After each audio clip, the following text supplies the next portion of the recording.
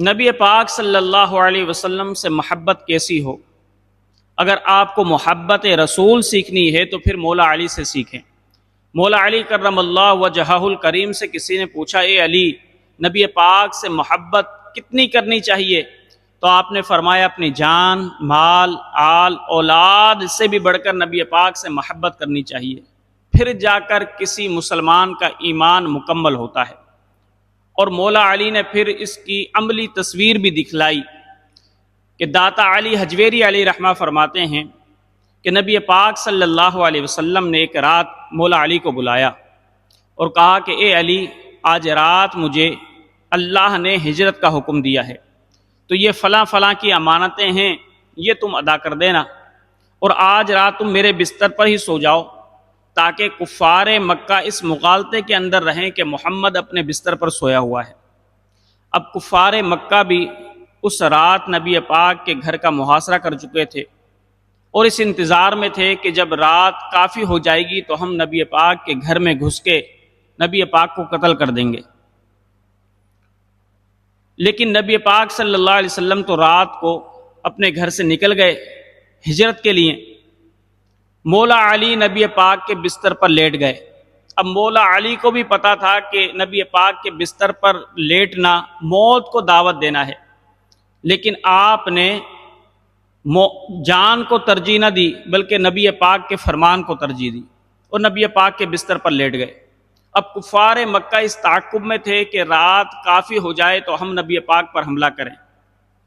اب جب اللہ نے مولا علی کی یہ جانثاری دیکھی کہ بے خوف و خطر مولا علی نبی پاک کے بستر پر چادر لیے سوئے ہوئے ہیں، تو اللہ نے جبرائیل و میکائیل کو کہا کہ جبرائیل و میکائیل تم ایک دوسرے کے دوست ہو؟ تو وہ کہنے لگے ہاں یا اللہ، ہم ایک دوسرے کے دوست ہیں۔ اللہ نے فرمایا اگر میں یہ کہوں کہ تم ایک دوسرے کے لیے اپنی جان دو تو کیا دو گے؟ تو ان فرشتوں نے عرض کی بار الہ، کون اپنی جان دیتا ہے کسی کے لیے؟ ہر کسی کو اپنی جان عزیز ہے۔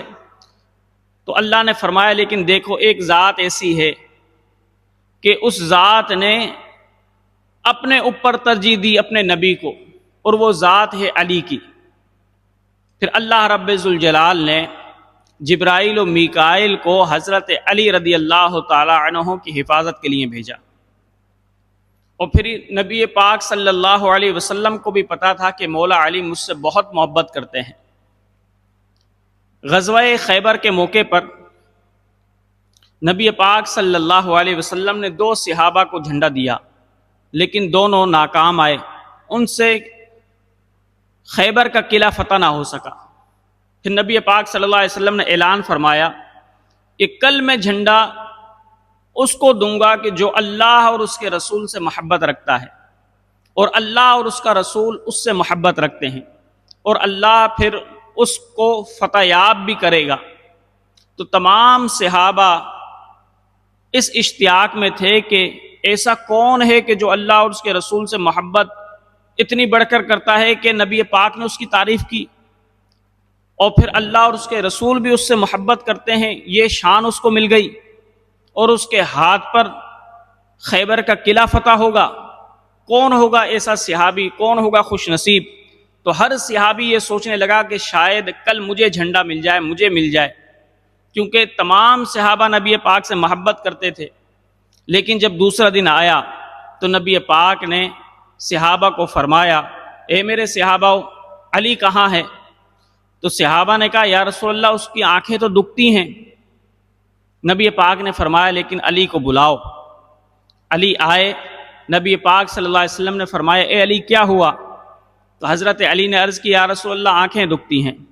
نبی پاک نے لعاب دہن نکالا اور مولا علی کی آنکھوں میں لگایا۔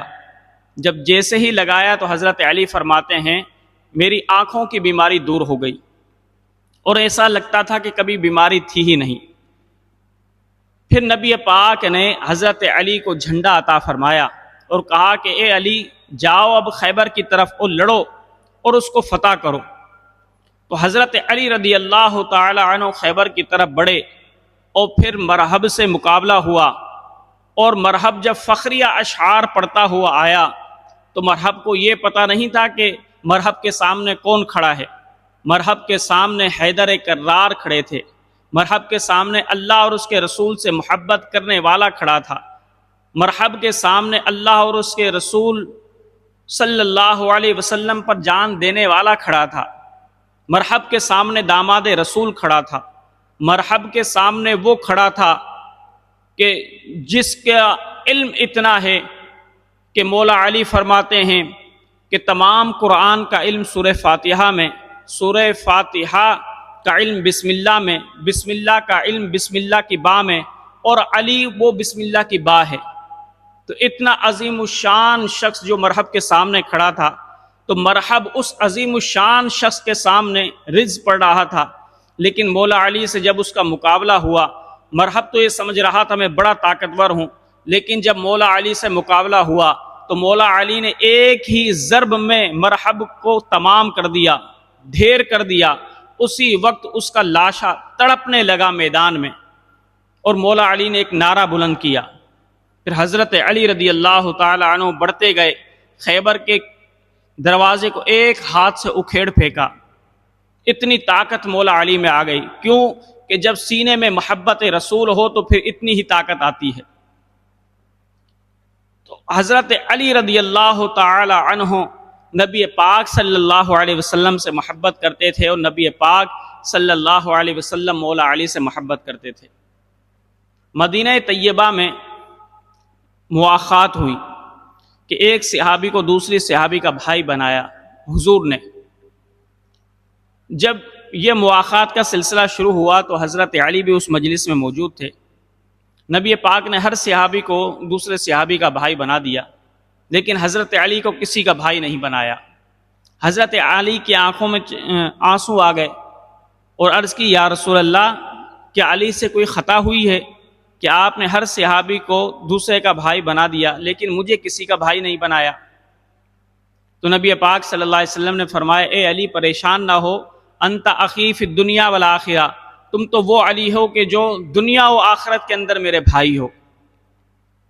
تو مولا علی کرم اللہ وجہہ الکریم نے نبی پاک پر اپنی جان نثار کی، تو نبی پاک صلی اللہ علیہ وسلم نے بھی پھر مولا علی سے اتنی محبت کی۔ اس لیے حضرت علی رضی اللہ تعالی عنہ پوری زندگی جب رہے تو نبی پاک صلی اللہ علیہ وسلم کے اسوہ حسنہ کے مطابق زندگی گزاری۔ کبھی بھی نبی پاک صلی اللہ علیہ وسلم کے اسوہ کے خلاف زندگی مولا علی نے نہیں گزاری۔ شب و روز نبی پاک صلی اللہ علیہ وسلم کی محبت میں مولا علی نے گزارے۔ اپنی آل اور اولاد کو بھی نبی پاک صلی اللہ علیہ وسلم کی محبت مولا علی نے سکھائی۔